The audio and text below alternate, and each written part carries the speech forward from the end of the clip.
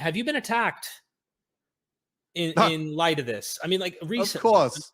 What has been the recent issues with you trying to publish this and such? Well, of course, they send endless legal threat letters, but those legal threat letters don't tend to work too much anymore. You know, Leah and I did a lot on the aftermath of taking their stupid letters and reading them out loud, and everybody sort of laughing at them because they're so absurd.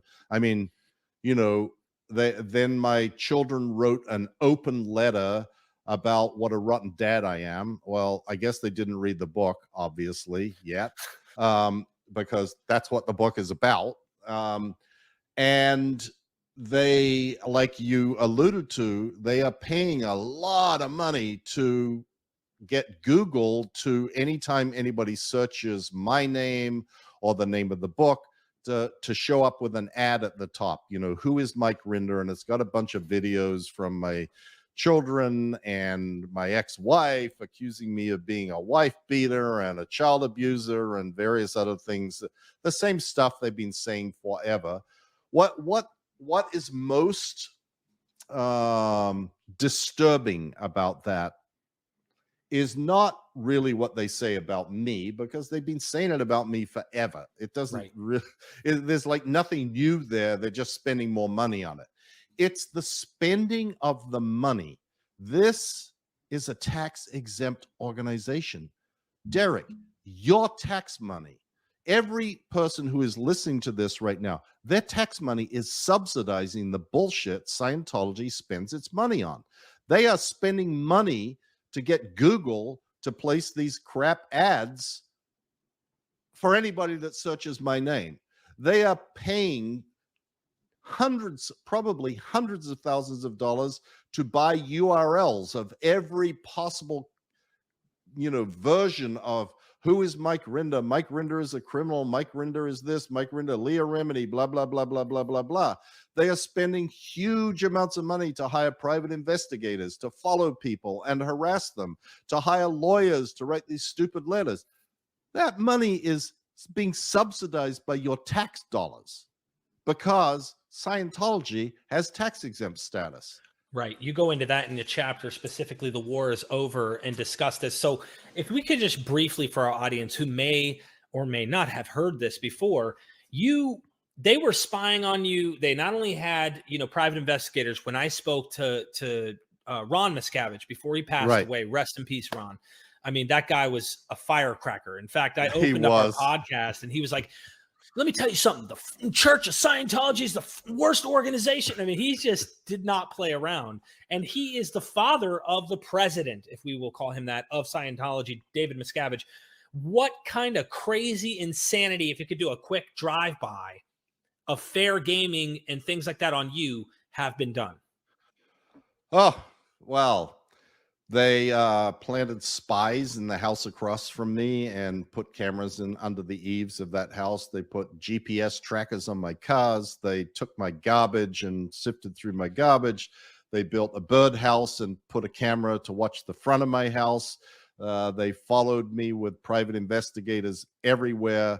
Like there's a couple of videos that I have of this convoy of 6 private investigator vehicles, 2 in front, 2 behind, and 1 on each side, going down the Pacific Coast Highway in California.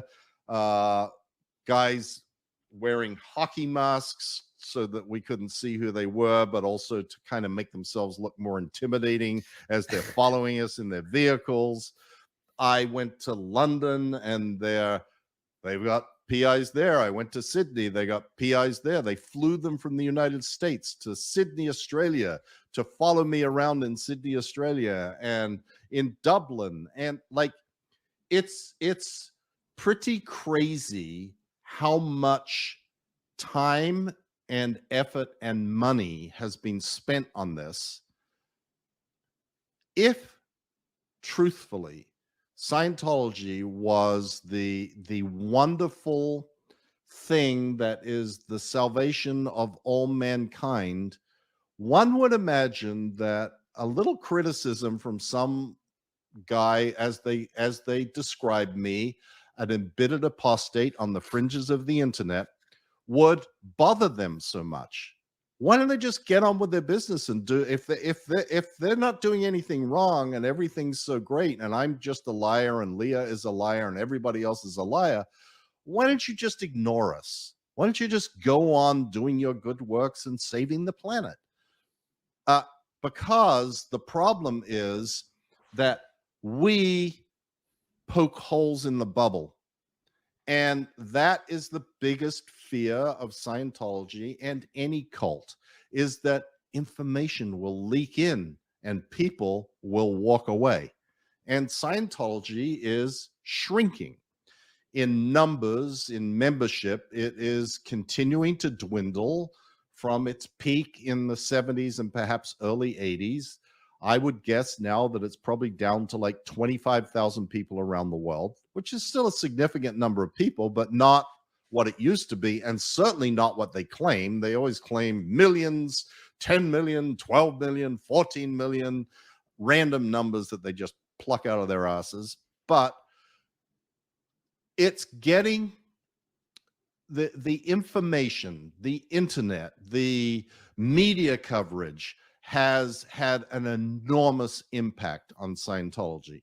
And you can see how big the impact is by how big their response and reaction to it is.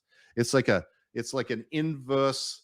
If you're accomplishing something that they think is really harming them, then all the time and effort and money gets devoted to trying to stop you.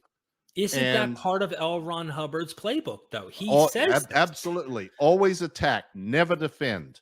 Always attack, never defend. The defense of anything is untenable. So you got to go out and try and destroy people. And his words are, destroy them utterly if possible. And this is the playbook of Scientology. That is what fair game is.